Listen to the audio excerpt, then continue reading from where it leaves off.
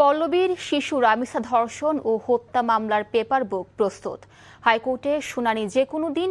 রাজধানীর পল্লবীতে ৮ বছরের শিশু রামিসা আক্তার ধর্ষণ ও হত্যার দায়ে ফাঁসির দণ্ডপ্রাপ্ত আসামি সোহেল রানা ও স্বপ্না খাতুনের মৃত্যুদণ্ড অনুমোদন ও আসামিদের জেল আপিল শুনানির জন্য পেপার বুক প্রস্তুত করা হয়েছে।